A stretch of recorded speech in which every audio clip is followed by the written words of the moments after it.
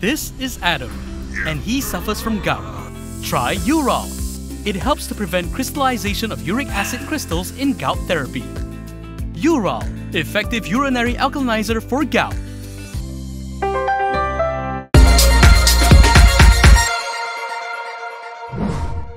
Hello, I'm Camelia, and this is KiniNews. Bersih has carried out the first of its plans on the 100% reforms campaign with a march to Parliament to hand over a memorandum. The electoral watchdog managed to hand over their memorandum to several politicians, including one from the opposition. Around 100 participants of Bersih's Reformasi 100% rally marched to the Parliament grounds at 9 a.m. today. Demonstrators marched from the Tugu Negara compound where they had gathered from around 7:30 a.m. Among those seen at the gathering were Bersih leaders Muhammad Faisal Abdul Aziz, Ashraf Sharafi Muhammad Asa and Wong Yen Ke. Dressed largely in black and yellow shirts, the group handed over a memorandum calling for term limits for the Prime Minister, enhanced whistleblower protection and a review of the Sedition Act. The electoral watchdog also called for an end to the practice of issuing a discharge not amounting to an acquittal, or DNAA, to politicians and a stop to double standards in the application of the law. The memorandum was received by Pasir Gudang MP Hassan Abdul Karim and Selayang MP William Leong, both from PKR.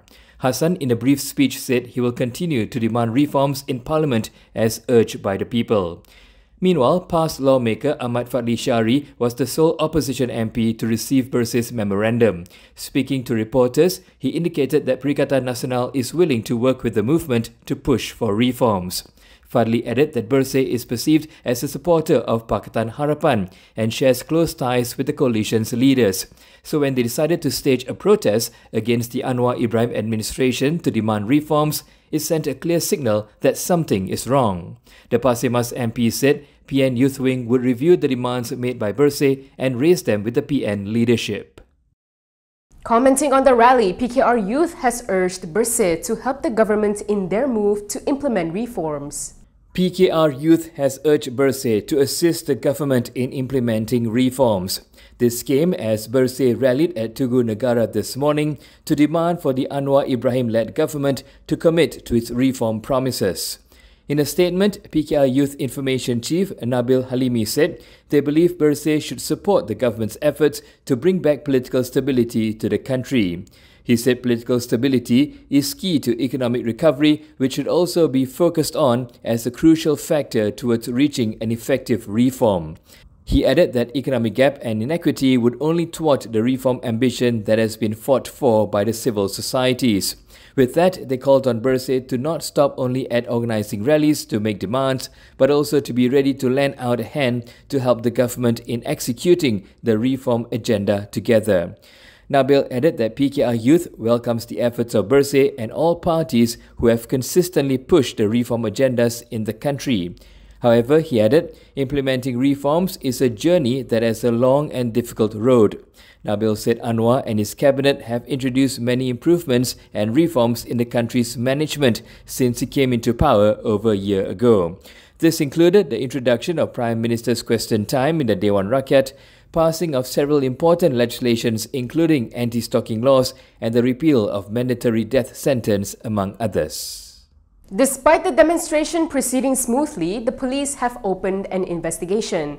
They said this is as they had not received a notice from Bersih 5 days before the event, as per the requirements under the Peaceful Assembly Act.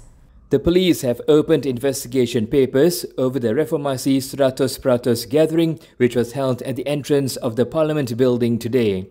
Dang Wangi District Police Chief Nur Dahlan Yahya said the police will call the organisers of the rally soon. He said this is as the rally was held without giving at least 5 days advance notice to the police. He told Bernama the investigation will be conducted under Section 9(1) of the Peaceful Assembly Act 2012. According to APA 2012, notification notices along with supporting documents must be submitted at least 5 days from the date the assembly is organised. However, yesterday, Lawyers for Liberty had reminded the police that the Court of Appeal in 2014 had already struck down the provision.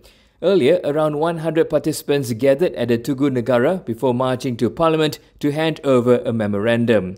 The group that was dressed largely in black and yellow shirts was led by Bersih leaders Muhammad Faisal Abdul Aziz, Ashraf Sharafi Muhammad Asa and Wong Yan Ke. They handed over a memorandum calling for term limits for the Prime Minister, enhanced whistleblower protection and a review of the Sedition Act. The electoral watchdog also called for an end to the practice of issuing a DNAA to politicians and a stop to double standards in the application of the law, referencing the pardon process surrounding the appeal of jailed ex-Premier Najib Abdul Razak. The memorandum was received by two PKR MPs, Pasir Gudang MP Hassan Abdul Karim and Selayang MP William Leong.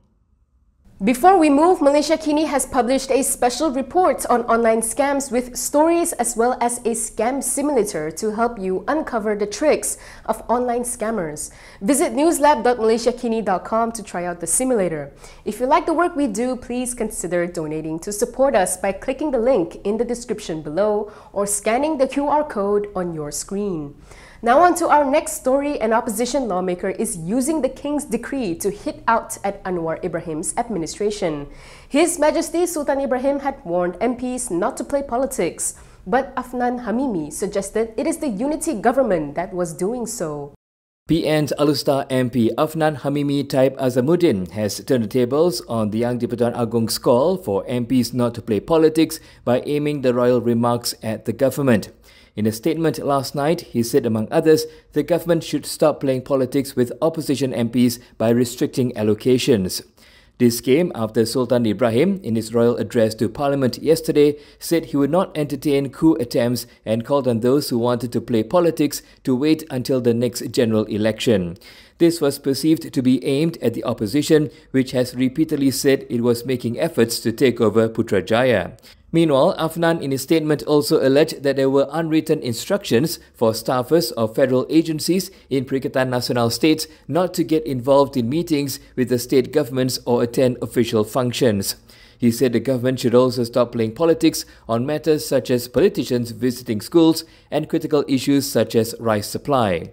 Afnan said if the government can resolve critical issues, fulfill its promises, treat opposition MPs fairly and make it easier for opposition states to apply for development projects, then there is no reason the government could not last until the 16th general election. He also claimed that those who taught us about political games that threaten political stability in the past are those who lead the country today. Meanwhile, a PKR MP believes the King's warning for no change of government till the next election is not absolute. Hassan Karim argued that a monarch must abide by constitutional provisions.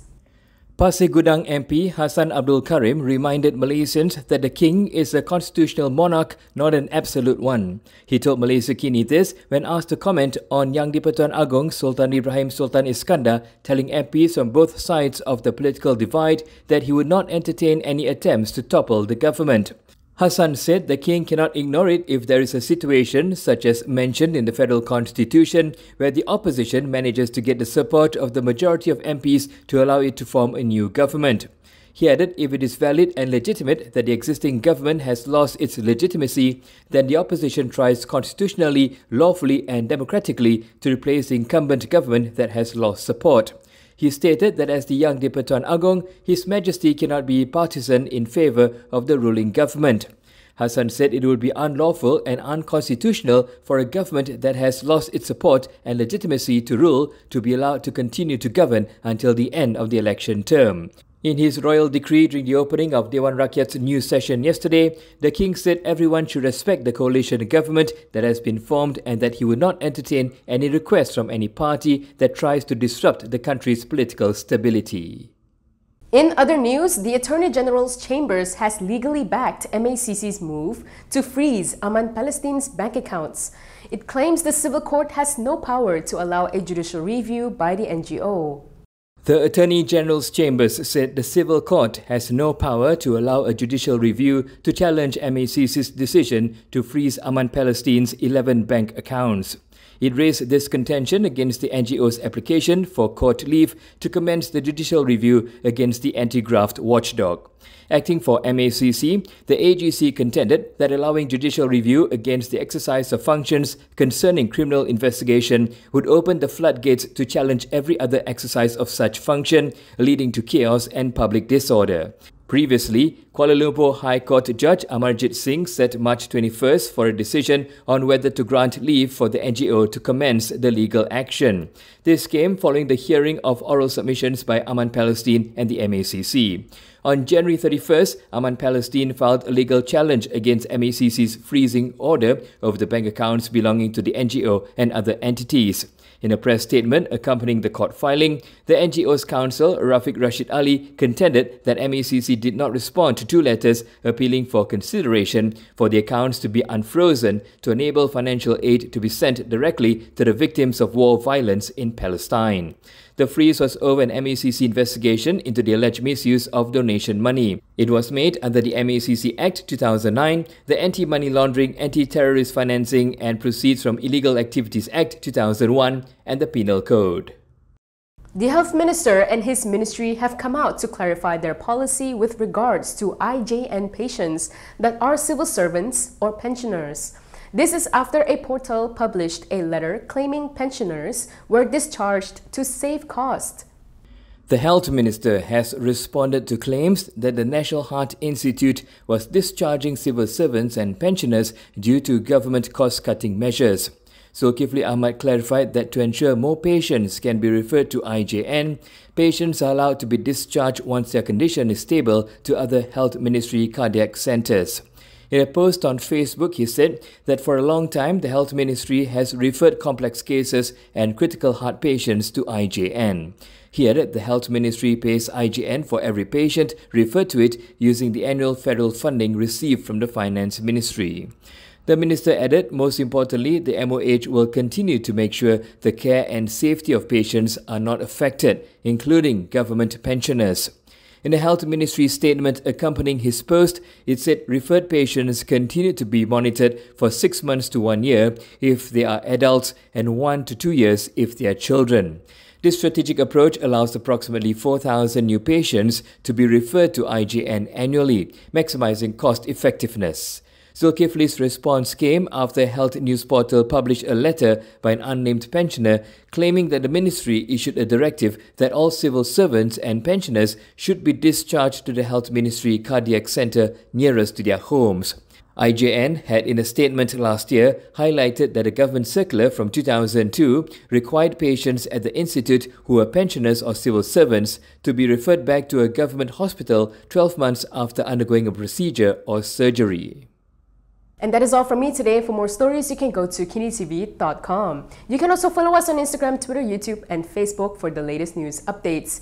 If you'd like to support independent media, do consider subscribing to MalaysiaKini.com. I'm Kimilia. Thanks for watching.